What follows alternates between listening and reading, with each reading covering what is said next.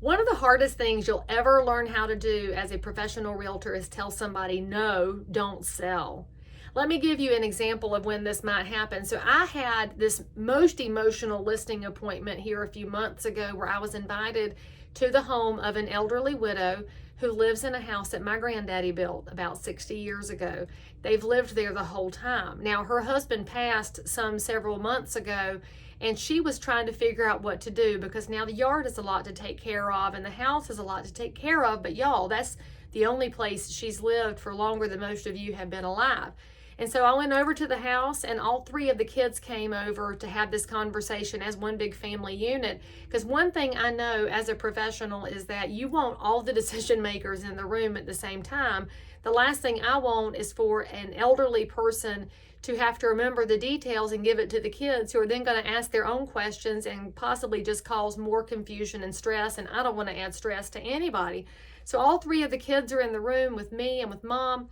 And we went through the numbers, and they couldn't believe it because the markets have generated some numbers that don't make sense to a lot of us, but those are the numbers.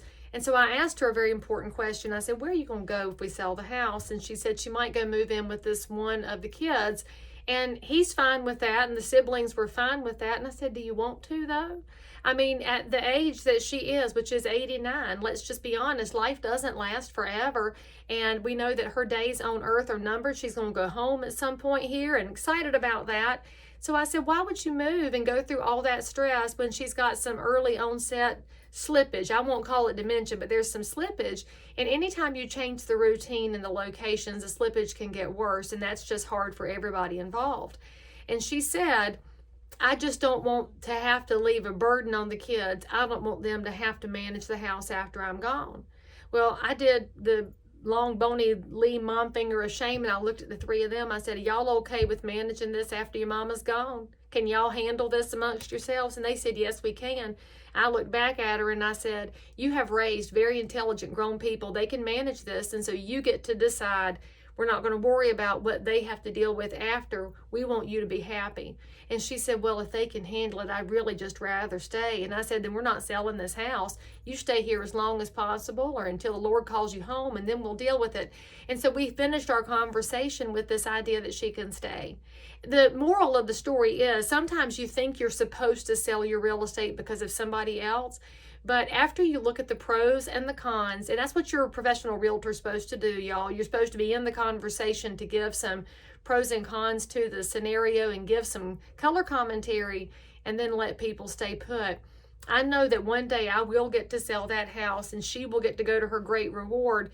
And I also already told the kids, by the way, that of the three of them, all of them will have to sign, all of their spouses will have to sign because of the way North Carolina is structured. But I want one point of contact, and so I want them to elect among themselves a voice for the family and put that in writing so that we can keep things moving along efficiently, to also make it a good transition for whoever the lucky person is that gets to move into a house that has been loved by one family for 60 years. Now, it's a hard thing to do in real estate, especially in a market such as this one where we have a low level of inventory, to be able to walk away from a listing.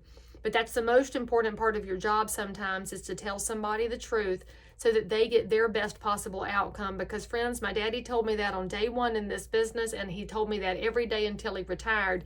If you do people the right way, the money will find you later. And you have to have that mindset always.